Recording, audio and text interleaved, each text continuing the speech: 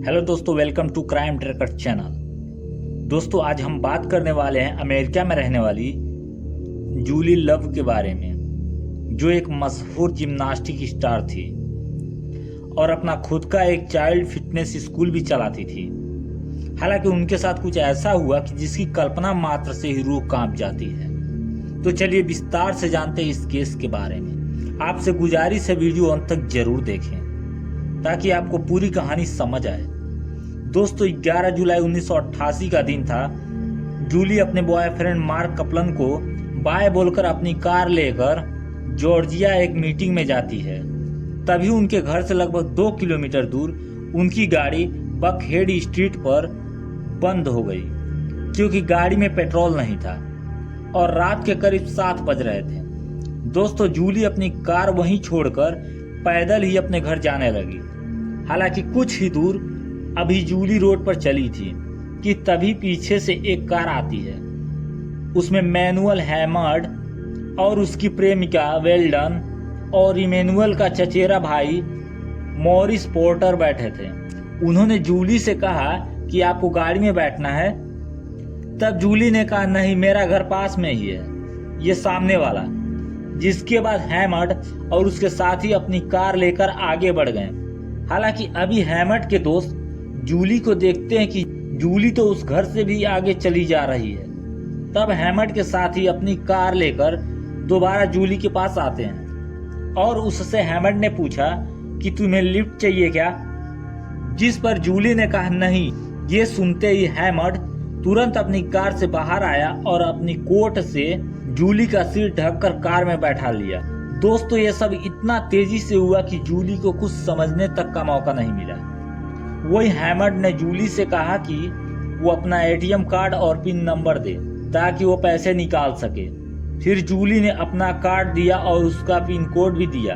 अब हैमर्ड खुश था, उसे पता था कि आज उसने बड़ा हाथ मारा है। हालांकि हैमर्ड एटीएम जाता उससे पहले उसने जूली को मॉरिसस और वेल्डन के साथ अपने बचपन के स्कूल के पास छोड़कर चला जाता है पैसा लेने। इधर जूली को मॉरिस और वेल्डन ने एक कंबल में लपेट कर रखा था जिससे वो चिल्ला भी नहीं सकती थी और न ही भाग सकती थी। दोस्तों, कुछ समय बाद हैमर्ड वापस आया और जूली से कहा कि तुमने हमें गलत पिन कोड बताया जिससे कार्ड एटीएम में फंस गया। और फिर हैमर्ड अपनी बंदूक के बट से जूली को बहुत जोर जोर से मारा। वहीं मॉरिस ने गुस्से में आकर जूली का बलात्कार किया जिसे वेल्डन चुपचाप देखती रही। दोस्तों, इधर जूली ने कहा कि मेरे घर पर और भी एटीएम कार्ड हैं, तुम उन्हें ले लो लेकिन मुझे छोड़ दो।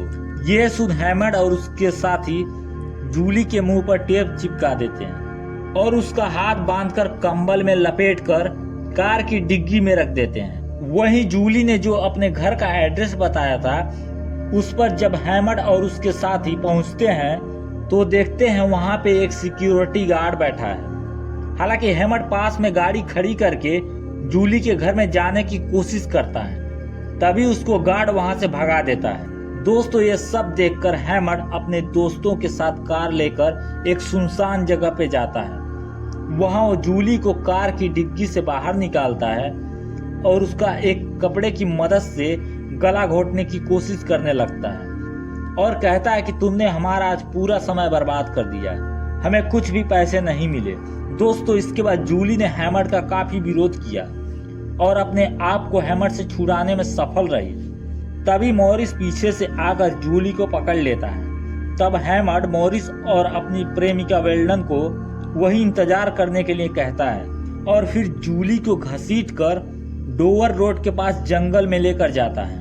अपनी शॉर्ट गन से जूली के चेहरे पर एकदम सटाकर गोली मार देता है जिससे उसके सिर के कई टुकड़े हो जाते हैं और उसकी मौके पर ही मौत हो जाती है। वही हैमर्ड जूली की लाश को पत्तों और टहनियों से छुपाकर वापस चला आता है और अपने साथियों के साथ अपने घर पर आकर सो जाता है। इधर जूली का बॉयफ्रेंड मार्क अपनी गर्लफ्रेंड जूली को बार बार फोन करता है, लेकिन वो घर पर मौजूद नहीं होने के कारण फोन नहीं उठा पाती, जिससे मार्क को लगता है कि जूली शायद नाराज होगी।